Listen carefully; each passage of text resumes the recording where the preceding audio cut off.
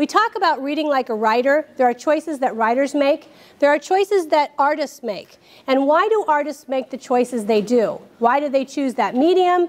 Why did they put the text at that part of the page? Why did they fill up the page? Why did they use a small box? They're trying to tell you something. So it starts with a picture that's in the middle of the page, text here. And as Max enters the adventure, the picture gets bigger. And then a lot of you remember the tree grows and it begins to fill up the room. Is this the story world? Is this his imagination? Is it a dream? Why does the picture fill up like that? And why does the illustration then creep across to a full page spread?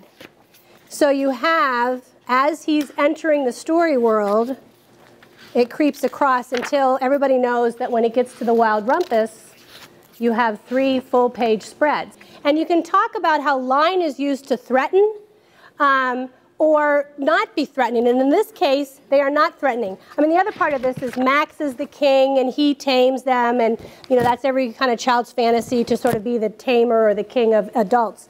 But he was very purposeful in how he created these wild things and why it's not threatening. How does she use line to show the movement of the roller coaster? Whenever God is speaking to Harriet Tubman, you see this different font.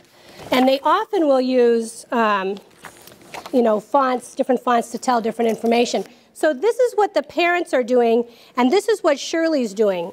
And it's sort of typical. The parents say, why don't you go out and play with those children? And do you see what Shirley's doing? She's rowing out to a pirate ship. What's happening in the parents' world is totally different than what's happening in Shirley's world. Now, you might say this is all her imagination. You might say it's the story world. But if you only listen to the text, you would miss a whole other half of a story.